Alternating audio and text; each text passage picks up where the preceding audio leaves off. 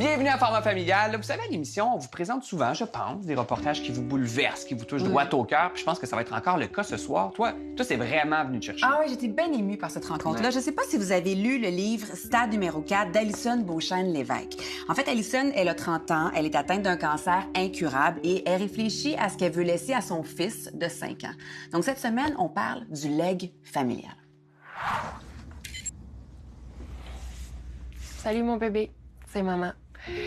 J'avais envie d'être avec toi pour des moments qui sont peut-être un peu moins faciles pour toi. Je voulais te parler de ta première peine d'amour. Ça fait mal sur le coup, mais au gré du temps, ça cicatrise puis ça devient toujours un beau souvenir.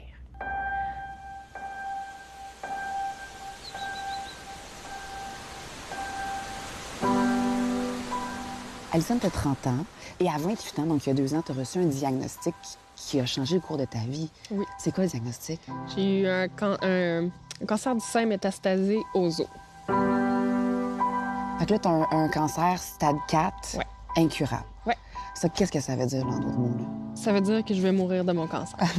Je trouve ça fort parce que toi, tu le nommes. Oui. Mais c'est dur à recevoir, tu sais. Tu sais, je pense que si j'étais en colère contre la situation puis je te le disais pas à voix haute comme ça, je donnerais du pouvoir au cancer.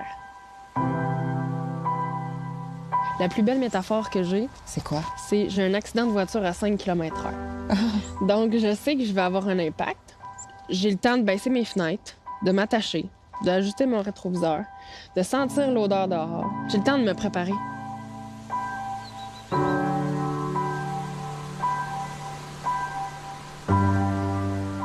Est-ce qu'on t'a donné un temps? Oui, j'ai un deadline de 2 à 3 ans. Tu te souviens-tu de la réaction quand tu l'as su? Oui, je le savais. Pourquoi tu le savais? Je sais pas, j'avais un feeling. J'étais assise sur le bout de ma chaise, ma mère était à côté, puis je voyais je checkais le bureau de l'ordinateur du docteur, puis je voyais juste carcinome, carcinome, carcinome. Puis là, la première chose que je me suis dit, oh, maman va avoir de la peine. T'as pas pensé à toi? Non, Pas à ce moment-là. non. Je dis, maman va avoir la peine, j'ai le cancer.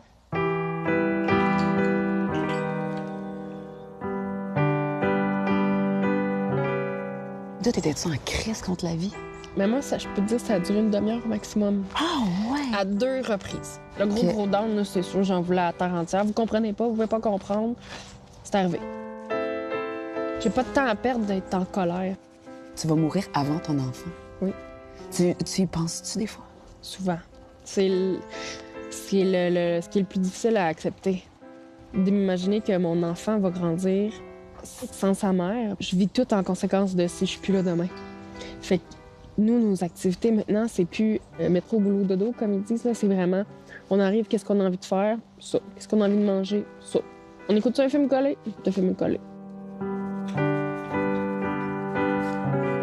Puis je pense qu'il a appelé ton cancer bidoutosaure. Juste bidou. Ah, juste bidou. OK, Ouais. bidou pour les intimes. Ouais. Puis quoi, c'est une façon comme ludique de Oui, dédramatiser ça, quoi? oui, parce que moi, je voulais que Bidou soit un membre de la famille. On l'appelle Bidou, c'est Bidou, puis il traîne en arrière, puis même si on veut pas qu'il soit là, il est là. T'as-tu peur de la mort?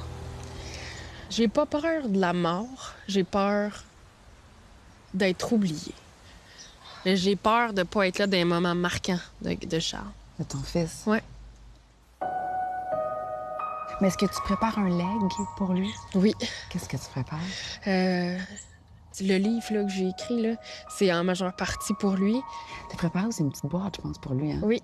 Qu'est-ce qu'il y a dans la boîte? C'est pas trop indiscret. J'ai des gilets, j'ai mes parfums, des photos, des lettres. Des lettres que t'adresses à Charles? Oui. La crise d'adolescence. Tu vas avoir des boutons partout.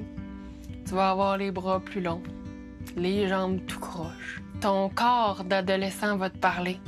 Laisse-le faire. Tu t'en souviendras plus le jour de tes noces. Puis le jour de tes noces, ben tu repenseras à cette vidéo-là. T'es la petite fille de tes parents aussi. Oui. T'sais. Puis c'est une profonde, je trouve, une injustice de la vie quand un enfant part avant le parent, en fait. Oui. Comment ils réagissent, tes parents? Je suis enfant unique, hein, fait que Ouais. ils ont peur de perdre leur seul enfant. Puis je serais pareil, là, si Charles devait décéder demain matin, là. Quoi? J'ai un mot. Ah, j'ai un blanc. Ça fait quoi, ça, un blanc? Ça va marcher. Alison, c'est ta fille unique. Oui. Puis là, mettons que je parle à la maman, là.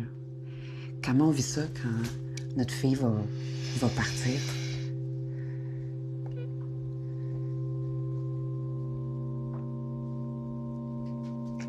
L'acceptation.